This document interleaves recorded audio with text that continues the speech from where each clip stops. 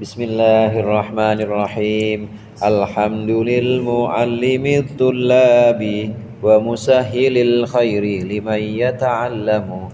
Thumma assalatu wassalamu ala nabi wa alihi wa sahbihi jayu'zamu. Ya Rabbana kaffir anna dhunubana wa walidina wa liman huwa muslimu. ندعوك اللهم علما نافعا من يومنا إلى الحساب يقوم آمين آمين آمين ويا فتاح آمين آمين آمين ويا عليم. Bismillahirrahmanirrahim. Qala al-musannif rahimahullah wa nafa'ana bihi wa bi ulumihi wa bi barakatihi fid dharain amin. Qala wa hadhil ibaratu sittu ma'aniha mutaqaribatun. Dan ungkapan-ungkapan 6 yang telah lalu itu maknanya serupa atau senada, mirip-mirip. Walamma kanat hadhil ahwalul lati dzakarahal muallif rahimahullahu taala min fawaidis shalah, maka ketika keadaan-keadaan yang sudah disebutkan oleh pengarang ini adalah termasuk faedah dari salat, wa annal maqsuda minha innama huwa tahsiluha, dan bahwa sungguhnya maksud dari salat adalah untuk menghasilkan faidah-faidah itu. Kana dzakarul dzikrul muallifi laha kadalil, maka ada penyebutan pengarang, maksudnya Ibnu Athaillah Sakandari kepada makna-makna dari 6 ungkapan ini itu kadalili, seperti dalil atau petunjuk ala maqalahu, atas apa yang dikatakan oleh musannif, apa yang dikatakan oleh pengarang. Min annal ma'mura bihi, bahwa sungguhnya yang diperintahkan innama huwa iqamatus sholati, hanyalah mendirikan salat, la wujudus salat, bukan mewujudkan salat. Fa inna sholata al-mu'tabirata innama huwa sholatul khashiin, maka sungguhnya salat yang dianggap bisa menghasilkan faidah-faidah ini, dia salat itu sholatul khashiin, adalah salat orang-orang yang khusyuk. La sholatul ghafilin, bukan salat orang yang lalai. Allati la tantahidu al-bulugha, yang tidak bisa membangkitkan al-bulugha, akan sampai hadhil maqasida, terhadap maksud-maksud ini, asaniyata, yang mulia, yang luhur. Walidzalika kanat as-salatu ummal ibadat, oleh karenanya ada salat itu menjadi sebagai pokok dari seluruh ibadah-ibadah. Wa asasal khairati, dan dasar dari semua kebaikan. Qala Allah Ta'ala, berfirman Allah Ta'ala, aqimis sholata lidzikri, dirikanlah salat untuk mengingatku. Fa akhbara, maka Allah memberitakan annal murada minas sholati adz-dzikru, bahwa sungguhnya maksud dari salat adalah mengingatnya, mengingat salat, mengingat Allah dalam salat itu. Ada 6 ungkapan-ungkapan yang sudah kita bahas dalam pertemuan yang lalu. Itu dua kali pertemuan itu. 2 kali pertemuan ya 4 SKS kali ya. Ada 6 ungkapan. Yang pertama itu as-sholatu tuhratun lil qulub min adnasid dzunub. Pertama, salat itu adalah pembersih hati kita dari segala macam dosa-dosa, dari segala macam kekotoran-kekotoran.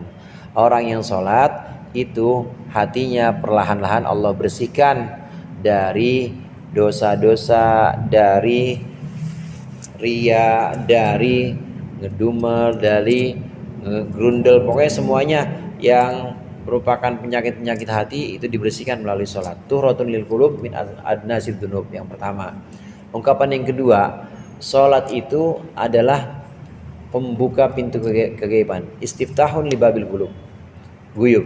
Salat adalah pembuka bagi pintu kebaikan. Orang yang salat itu pasti nanti akan terbuka pintu-pintu kegaiban. Kalau sholatnya memang nanti sholat yang sempurna, terbuka pintu kegaiban. Ya kadang-kadang nggak sempurna aja suka terbuka kan pintu kegaiban ya. Kita lagi kagak sholat, kita lagi belum sholat, lupa kunci ada di mana. Begitu sholat ingat, astagfirullahaladzim, iya ada di kamar mandi tadi, saya taruh di bawah gayung misalnya. Ingat, itu namanya, ya itu baru bagian-bagian kecil. Tapi yang dimaksud bukan itu. Salat itu kalau sudah sungguh-sungguh maka menjadi pembuka pintu kegaiban. Jadi ungkapan pertama, salat penghapus dosa dan noda-noda hati. 2, sholat itu pembuka pintu kegaiban. 3, sholat itu mahallul munajat. Sholat itu tempat berbisik-bisik antara hamba dengan Tuhannya. Itu sholat. Bisikan-bisikan seorang hamba dalam sholat itu ya bacaan-bacaannya. Inna sholati wa nusuki, kemudian iyyaka na'budu wa iyyaka nasta'in, hanya Engkau ya Allah yang saya sembah dan hanya Engkau yang saya jadikan tempat meminta pertolongan. Itu semua bisikan-bisikan dari seorang hamba kepada Tuhannya. Nah, Tuhan Allah itu pasti akan menjawab. Cuma jawabannya tidak berupa kata-kata, jawabannya juga tidak berupa suatu yang sifatnya langsung, tapi ada ketenangan batin. Itu jawaban dari munajat atau bisik-bisiknya hamba. Salat adalah tempat berbisik. Kemudian yang keempat, salat itu ma'danul musafat. Salat itu adalah tempat atau lubuk, tempat dari kesetiaan. Musafat itu artinya murni. Jadi kesetiaan cinta hamba dengan Tuhannya dan kesetiaan cinta Tuhan kepada hambanya. Pasti yang namanya Rob, yang namanya Tuhan itu benar-benar mencintai hambanya. Ya orang dari dulu kan yang ngurusin, yang memperhatikan kita, itu kan semua Allah, Tuhan kita. Ini sholat juga menjadi tempat kesetiaan antara hamba dengan Tuhannya. Benar-benar tempat kesetiaan. Karena tadi hatinya sudah dibersihkan, pintu kegaiban sudah mulai dibuka sedikit-sedikit, kemudian makin intim lagi berbisiknya di situ hamba dengan Tuhannya, maka di situ adalah menjadi tempat salat, menjadi tempat kesetiaan antara hamba dengan Tuhannya. 4 itu. Kemudian yang kelima, kalau sudah itu semua, kalau salat sudah menjadi tempat, sudah menjadi satu ladang kesetiaan antara Tuhan dengan hambanya, maka akan terhampar lagi medan-medan atau terhampar lagi rahasia-rahasia untuk si hamba. Jadi bukan hanya bocoran sedikit-sedikit, tapi semuanya dibukakan oleh Allah. Itu pintu yang itu rahasia yang kelima atau ungkapan yang kelima. Ungkapan yang keenam, kalau sudah seperti itu maka semua akan bersinar. Semuanya akan bersinar, sudah tidak ada lagi yang gaib atau sudah tidak ada lagi yang samar untuk si hamba ini, karena udah Allah bukakan semua pintunya. Sudah Allah bukakan semua rahasia-rahasia Allah untuk hamba yang dicintai dalam sholat itu. Ungkapan 6 ini, saya ulang lagi, sholat adalah penghapus dosa, sholat adalah pembuka pintu kegaiban, sholat adalah tempat berbisik hamba dan Tuhannya, sholat adalah tempat kesetiaan hamba dan Tuhannya. Yang kelima, dengan kesetiaan itu maka terbukalah semua, terhamparlah semua rahasia-rahasia. Yang keenam, dengan demikian maka terpancarlah semua cahaya-cahaya kegaiban untuk si hamba.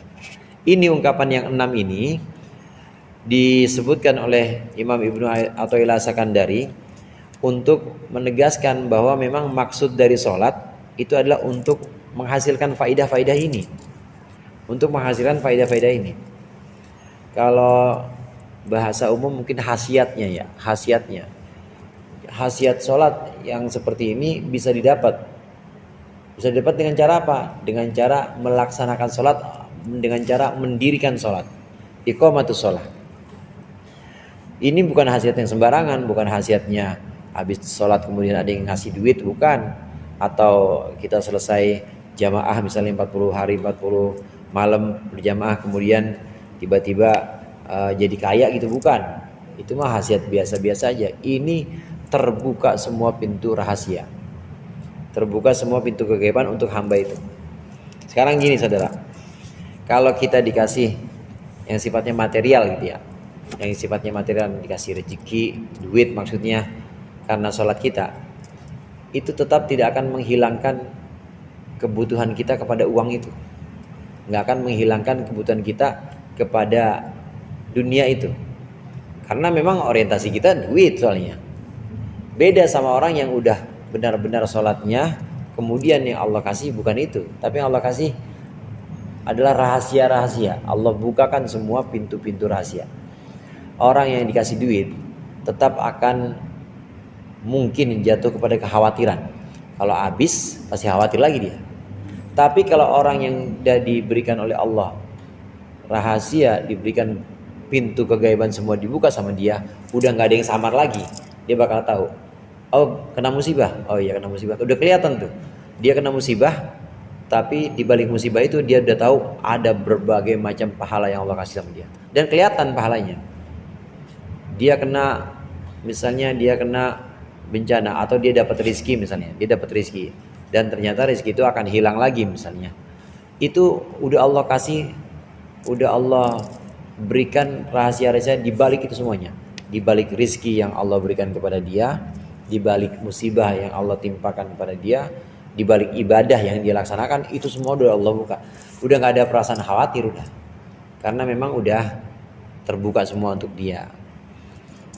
Rahasia-rahasia yang terbuka ini diibaratkan, diumpamakan sebagai cahaya. Jadi terang semuanya, terang.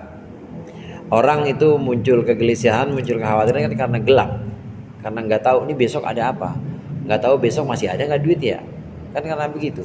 Tapi kalau udah terang semuanya, nggak akan muncul kegelisahan. Itu yang kadang-kadang disebut la khaufun alaihim walahum yahzanun. Ala inna awliya Allahi la khaufun alaihim walahum yahzanun.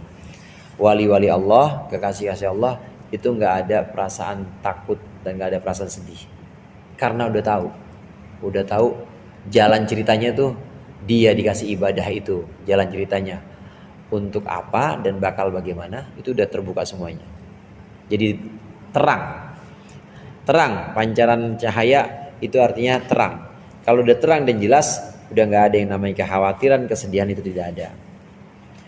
Ini khasiat sholat yang benar-benar khasiat, bukan hanya sekedar khasiat ya, menarik rizki atau mendekatkan jodoh atau menaikkan karir, bukan hanya sekedar itu, tapi udah khasiat yang benar-benar puncak, pol-polan ini. Udah pol yang disebutkan oleh musannif Imam Ibnu Athaillah Sakandari, ini adalah khasiat atau faidah dari sholat yang sesungguhnya. Ini bisa terwujud, saudara, ini bisa terwujud kalau sholatnya adalah sholat yang muqimus sholat, yang mendirikan sholat. Di makalah sebelumnya itu disebutkan bahwa yang diinginkan itu adalah muqimus sholat, iqamatus sholat, la wujudis sholat.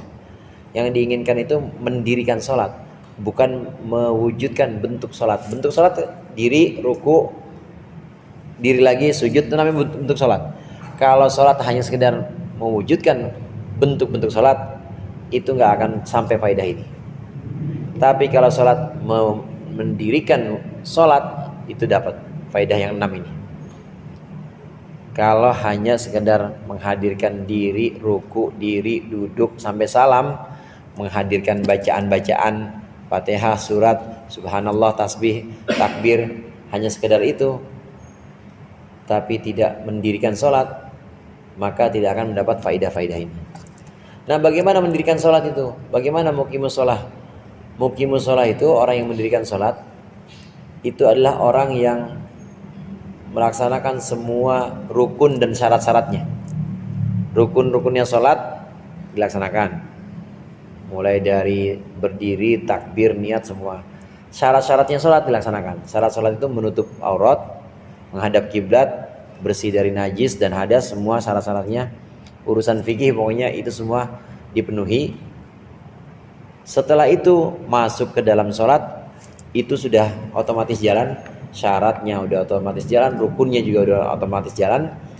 Jangan terlena dengan memperhatikan rukun-rukun dan syarat itu, tapi langsung lebur dalam sholat, yaitu hanya melihat atau menyaksikan zat yang menyuruh kita sholat. Siapa yang menyuruh kita sholat? Siapa, Gus? Allah. Begitu kita udah lebur dalam sholat, begitu kita udah jalan, berdiri, ruku, baca tasbih, baca takbir, kita udah gak mikirin bacaan kita, tapi kita di situ benar-benar hadir di hadapan zat yang nyuruh kita sholat, dengan perasaan rendah, dengan perasaan kecil, dengan perasaan butuh dengan pada Allah saat sholat. Kalau udah bisa seperti ini, secara fikih syarat rukunnya dipenuhi, kemudian secara akhlak tasawuf, maksudnya hatinya itu benar-benar merendah, fakir, butuh pada Allah, benar-benar hanya Allah aja yang ada dalam hatinya, benar-benar dalam salat itu dibuang semua selain Allah. Nggak ada salat untuk kepentingan rizki, nggak ada salat untuk ngilangin masalah, nggak ada, benar-benar hanya ada Allah. Kalau udah bisa seperti itu, maka hati hadir di hadapan orang atau zat yang menyuruh dia salat. 6 faedah ini bisa terlaksana atau bisa diwujudkan. Salat sebagai pembersih hati, sebagai tempat berbisik, sebagai terbukanya pintu kegaiban, sebagai tempat kemesraan dan kesetiaan, sebagai terhamparnya rahasia-rahasia, dan juga sebagai bersinarnya, tempat bersinarnya segala cahaya-cahaya Allah. Perumpamaan yang kemarin itu cahaya di atas cahaya, nurun ala nur. HP, ya HP-nya lagi dicas, casannya talinya nyala juga, kemudian HP-nya juga nyala juga, orang lagi on itu HP-nya, casingnya pakai yang nyala juga casingnya, itu namanya nurun ala nur. Terus ditaruhnya di kamarnya juga dari kaca, kacanya nyala juga. Itu kira-kira kalau satu mati, kalau kacanya mati masih bisa kelihatan nggak tuh kacanya, kaca kamarnya masih bisa kelihatan nggak? Masih bisa, orang nurun ala nur, cahaya di atas cahaya. Begitu juga sholat yang sudah mencapai 6 ini, faidah ini, maka seperti cahaya di atas cahaya, semuanya terbuka. Dan yang bisa mengakses cahaya itu, saudara, adalah orang yang bisa ngelihat. Maksudnya orang yang bisa ngelihat, ya orang yang nggak buta. Coba orang buta bisa nggak ngelihat ini ya, cahaya?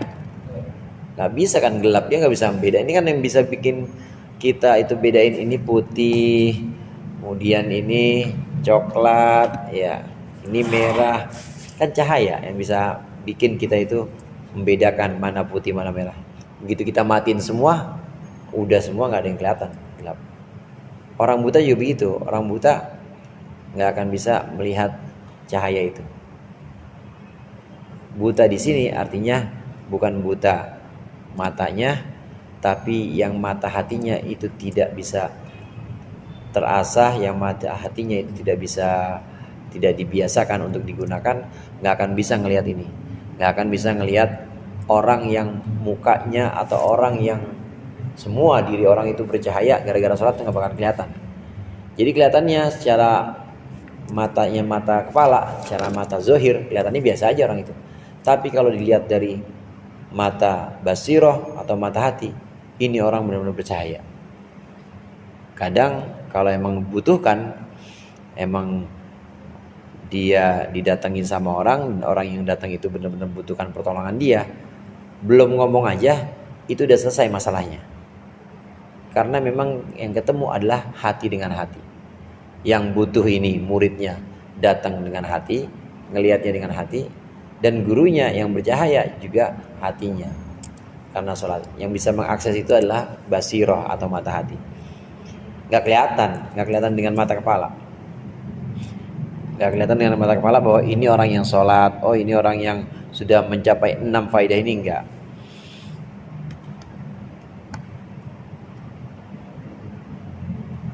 Dari sini maka tidak heran kalau sholat itu dijadikan sebagai ummul ibadat, pokok ibadah-ibadah dalam Islam. Itu yang paling pokok ya sholat itu.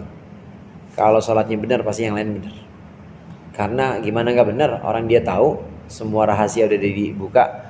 Ini rahasianya puasa Ramadan tuh ini, rahasianya sedekah tuh ini, rahasianya wudhu tuh ini, rahasianya haji ini, rahasianya umrah ini. Udah ditampakin semua, gimana nggak benar? Orang dia udah tahu semuanya, dibalik semua ibadah itu dia udah tahu semua rahasianya, pasti benar. Orang yang sholatnya benar dibukakan semua rahasia-rahasia. Kalau dia udah tahu semua rahasia-rahasia, pasti dia melaksanakan ibadah yang lain pasti baik. Di akhirat itu Kata Rasulullah, awwalu ma yuhasabu bihin nas, awwalu ma yuhasabu min amal ibad as-salat. Yang pertama kali dihisab dari perbuatan hamba itu adalah salat. Kalau salatnya udah bagus, ini salatnya udah 6 nih. Udah 6 ini faedah. Wah, salatnya udah benar-benar hatinya salat, badannya salat. Pasti amal-amal lain gak bakal diperiksa karena udah pasti amal lain bagus.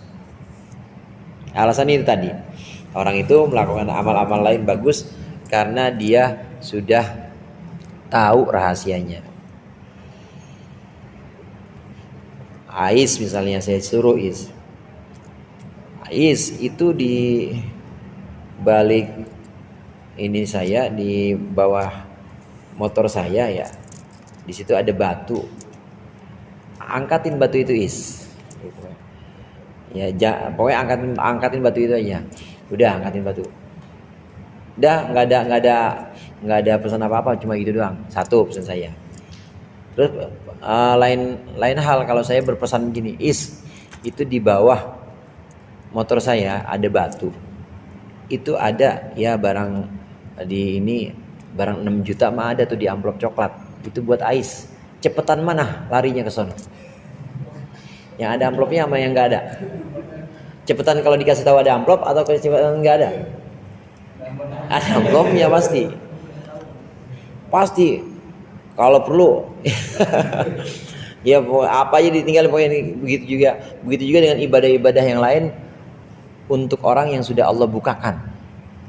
Udah dibukakan rahasia puasa Ramadan, dibukakan rahasia umroh, dibukakan rahasia sedekah, meskipun hanya sedikit, dia tahu nih sedekah itu segini, sedekah itu bentuknya begini nanti. Udah dikasih tahu semua, dibukakan dalam sholatnya, berkat sholatnya, barokah sholatnya, dibukakan rahasia ibadah lain, pasti lebih cepat dan lebih serius ibadahnya dibanding orang yang sedekah, sholat, haji cuma karena belajar atau cuma karena diajarkan secara syariat. Ya betul, nggak, itu semua ada manfaatnya dan nggak percuma belajar bagaimana zakat, rukunnya, syaratnya, kemudian nisabnya berapa, akhirnya kita zakat, ya tetap itu diterima dan nggak percuma. Cuma itu tadi, lebih cepat dan lebih sempurna orang yang tahu kalau di balik batu itu ada duit, dan lebih cepat dan lebih sempurna orang yang tahu kalau di balik sedekah itu ada berbagai macam rahasia-rahasia yang Allah nggak tampakkan. Nah, barokahnya sholat itu terbuka semua pintu-pintu kegaiban.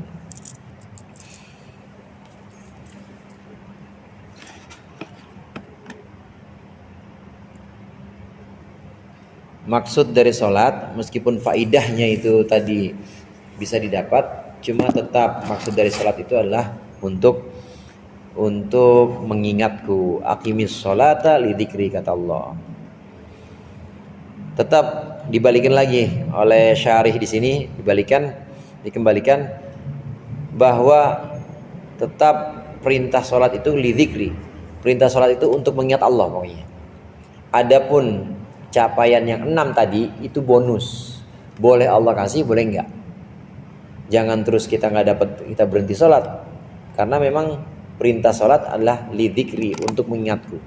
Waktu kita baca Fatihah kita ingat ini Allah yang nyuruh, waktu kita ruku kita ingat Allah lagi, waktu kita sujud kita ingat Allah lagi yang nyuruh.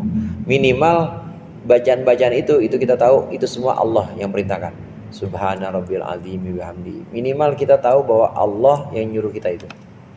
Dan itu diulang-ulang setiap pindah rukun kan, Allahu Akbar, Allahu Akbar. Suruh ingat lagi kita sama Allah, Allahu Akbar, ingat lagi sama Allah. Kecuali bangun dari ruku, sami Allah liman hamidah. Yang lainnya Allah, Allah, Allah. Emang sholat itu untuk mengingat Allah. Dasarnya itu mengingat Allah. Nah, 6 tadi bonus. Boleh seseorang mendapatkannya dengan izin Allah, Allah kasihnya kepada dia. Boleh juga enggak. Tapi semacam satu kepastian, kalau udah muqimus sholat, kalau udah mendirikan sholat, bukan hanya mewujudkan bentuk-bentuk sholat, bacaan, diri, ruku, tapi hatinya kemana-mana kosong, ya Kalau bukan hanya sekedar seperti itu, yang hatinya kosong, kalau hatinya ya tidak kosong, hatinya benar-benar mengenai Allah, ingat Allah, maka akan dapat yang 6 tadi itu bonus. Cuma pesannya di sini, kalau belum dapat jangan berhenti, karena memang sholat itu kewajiban untuk mengingatku. Aqimis sholah li dzikri. Wa qad ruwiya ma'na dzalika an Rasulillah sallallahu alaihi wasallam annahu qala innama furidat as-salatu wa umira bil haji wat tawafi wa usyirat al manasiku li iqamati dzikrillah. Walidzalika kanat qurratu aini habibillahi sallallahu alaihi wasallam ala ma sayati al kalamu alaihi haitsu ta'arrada. Wallahu a'lam bishawab. Kita lanjutkan pertemuan yang akan datang. Mudah-mudahan manfaat, lebih kurangnya saya mohon maaf. Wallahul muwaffiq ila aqwamit thoriq. Wassalamualaikum warahmatullahi wabarakatuh.